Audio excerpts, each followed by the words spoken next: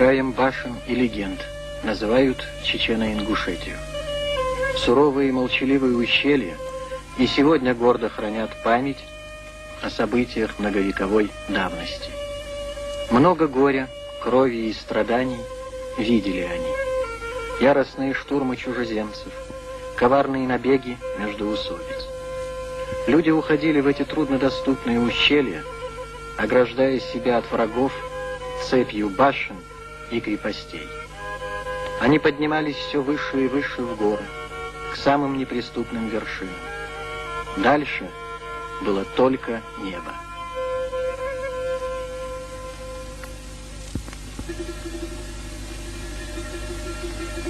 Джайрахское ущелье. В средние века здесь возник один из самых интересных башенных комплексов – Эрзи, что значит в переводе на русский «орел». Аул Эрзи и впрямь был недоступен, как орлиное гнездо. Взять его штурмом было невозможно.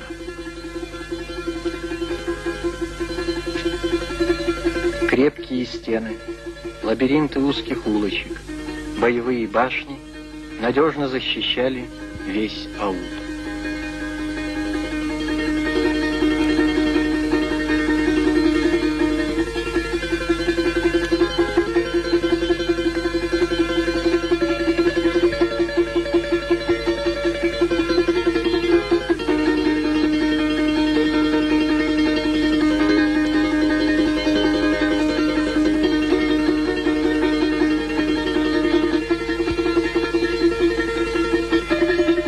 Рядом с аулом погребальные склепы, усыпальницы.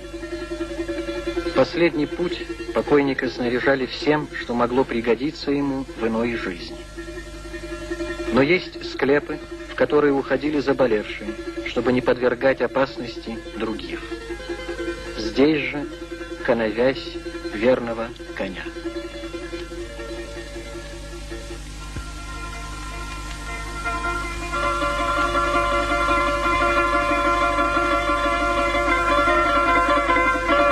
Аул Ний – еще один памятник средневекового зодчества. В этих башнях нет ничего лишнего. Все продумано до мелочей. Из бойниц одной башни должна быть обязательно видна вторая, из второй – третья. Только так можно было предупредить о надвигающейся опасности. Чем богаче был род, тем выше башня, тем она неприступнее.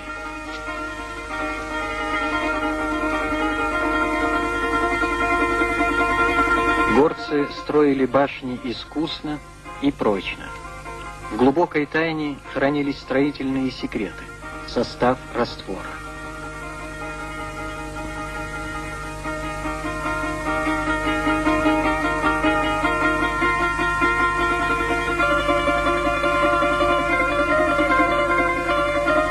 В XII-XIII веках горцы обходились без раствора, тщательно подгоняя друг к другу камни, подобные египетским пирамидам. Иногда безвестные зодчие оставляли на камнях петроглиф, символы поклонения языческим богам.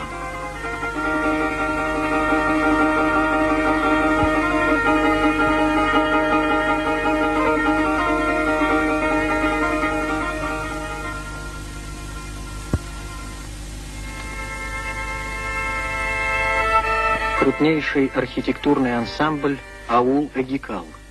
Он находится в самом сердце страны башен. В Средневековье взоры всех горцев были обращены к нему.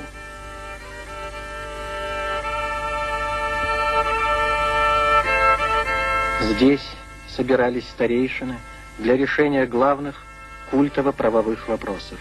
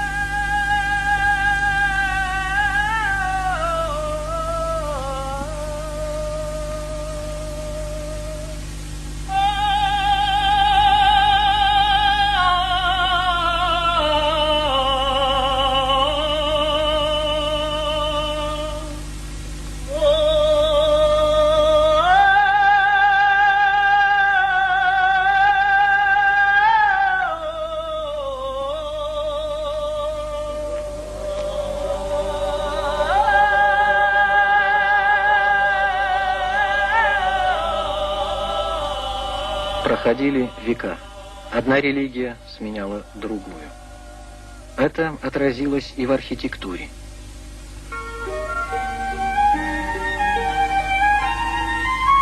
Храм Тхаба-Йорды. До сих пор сохранились каменные статуи с изображением святых. Появился новый элемент в оформлении – орнамент на карнизе.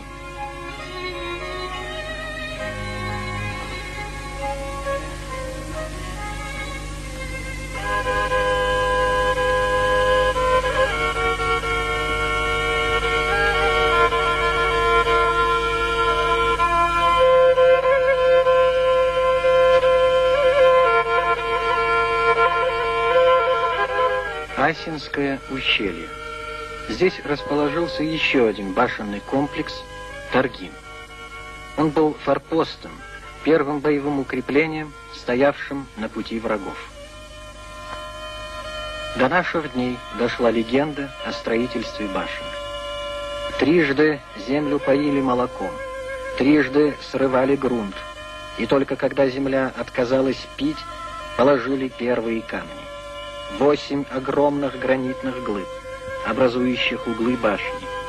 И был каждый камень ценою равен быку, а весом 8 быкам. Их привезли с вершины горы, взявшие из-под голубого льда. Каждый камень везли 12 быков, ломая копыта от напряжения. Каждый камень тесали 12 дней 4 каменотеса. И стальные тесла крошились у них, будто сделанные из липы.